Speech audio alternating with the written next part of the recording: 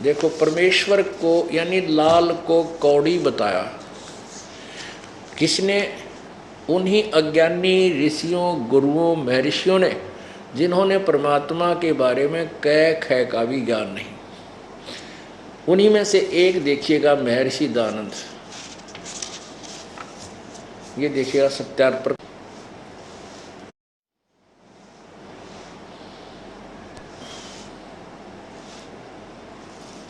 ये अथ सत्यार्थ प्रकाश है।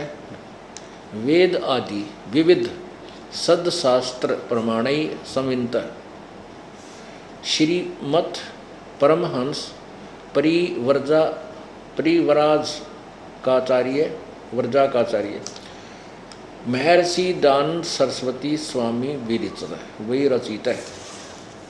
प्रकाशक है वैदिक यतिमंडल दानंद मठ, दीनानगर, पंजाब से।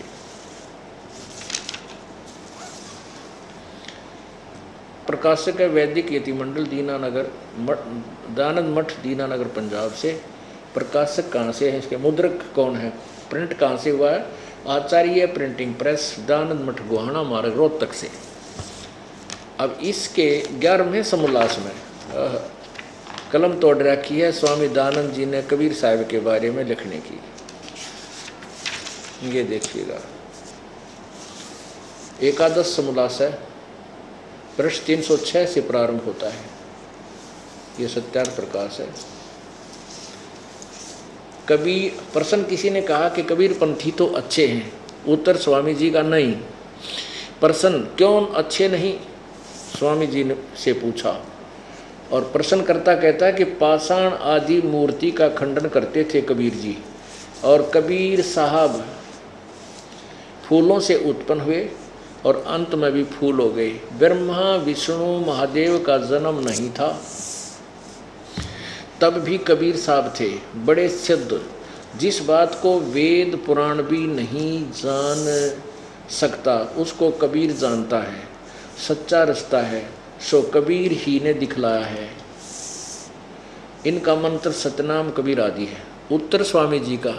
प्रश्न करता तो बात बहुत निकट बोल रहा है, बहुत सत्य कह रहा है, और ये अड़ंगा करने में तुला हुआ था महर्षि दानंद। ये सत्य को झुठलाना इसका परम नियम था, सिद्धांत था।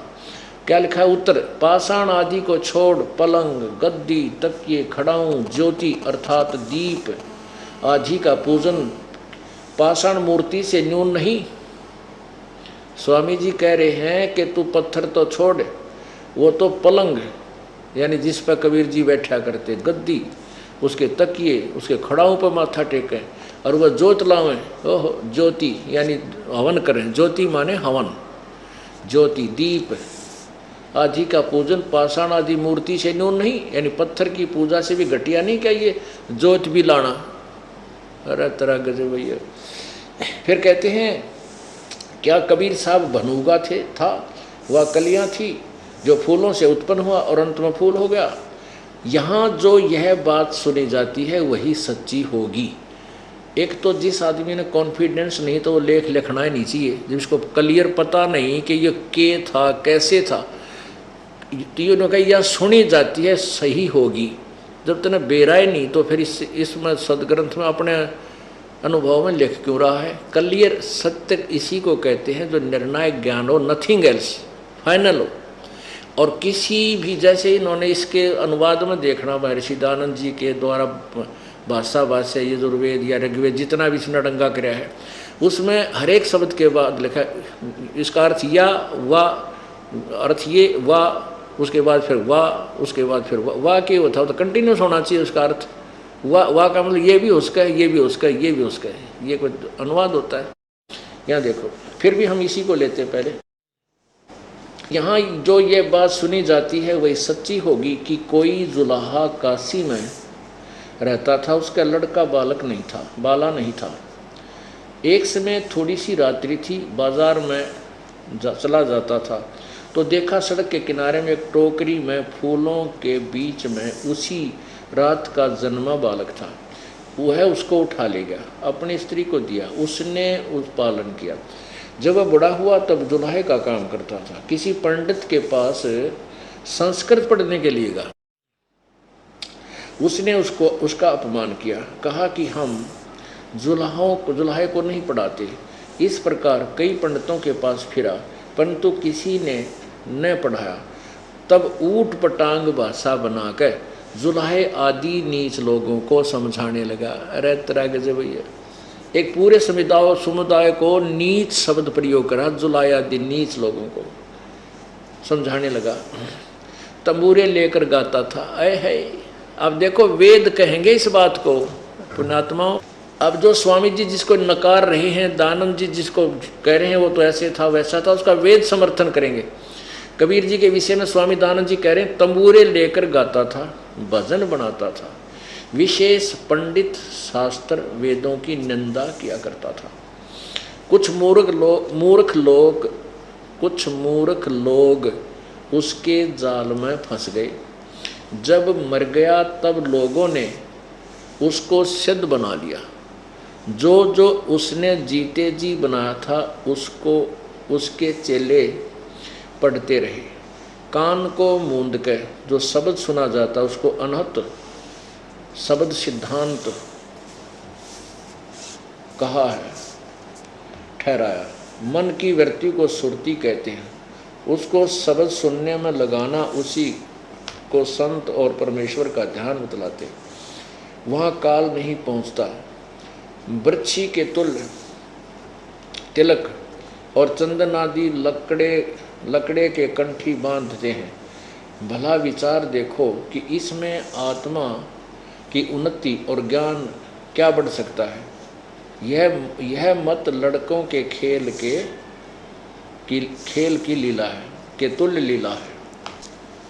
अपने आत्माओं इन महापुरुषों के, इसे महापुरुषों ने बैठा दिया भगवान के विषय। लाल को कौड़ी बता रहा। स्वामी जी कहते हैं कि वो पंडितों के पास गया, किसी ने पढ़ाया को नहीं।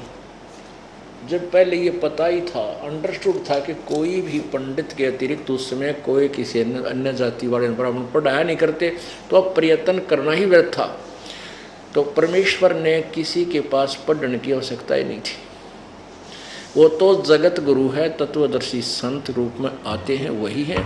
वो तो सब ज्ञानों से, सब भाषाओं से, सब लैंग्वेज से परिचित है। परमेश्वर जी के विषय में स्वामी जी दानंद जी ने जो कहा है कि वह तंबूरे लेकर गाता था, भजन बनाता था, कुछ मूर्ख लोग, जुल्हे आदि नीच लोग उसके जाल में फंस गए। अब इसी का समर्थन वेद बताएंगे कि वो परमेश्वर जब बालक रूप में प्रकट होता है, अपनी महिमा आप ही गाता है और उच्चारण करके ऊंचे स्वर में बोलता है, लोकों कीर्तियों के माध्यम से, दोहों के माध्यम से। वो परमात्मा ही होता है। वो कबीर वाणी द्वारा अपनी महिमा बोलता, कबीर गिरह। इसके प्रमाण के लिए देखिए ऋग्वेद मंडल नंबर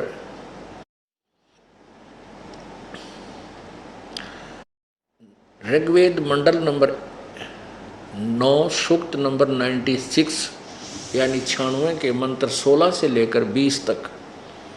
उसमें स्पष्ट ये भी किया है कि वो परमात्मा तीसरे धाम में रहता है। पुण्यात्मा, परमात्मा ने स्वयं कहा था, वेद हमारा भेद है, मैं मिलो वेद से नाही, और जौन वेद से मैं मिलूं वो वेद जानते नहीं। परमात्मा कहते थे वेद, चारों वेद मेरे विषय में गुणगान कर रहे हैं, लेकिन उन वेदों में वर्णित विधि के आधार से मैं प्राप्त नहीं हो सकता। और जौन वेद से यानी जिस वेद से या 5वें वेद से मैं मिलूं उसको वेद जानते ना, क्योंकि यजुर्वेद अध्याय नंबर 40 के मंत्र नंबर 10 और 13 में स्पष्ट किया है। वेद ज्ञान दाता कह रहा है कि वो उस परमात्मा के विषय में कोई साकार यानी उत्पन्न होने वाला बताते हैं, यानी साकार रूप में, कोई नए उत्पन्न होने वाला कहते हैं, वो उसको निराकार बताते हैं। इसका यथार्थ ज्ञान भी तत्वदर्शी संत ही बताएगा।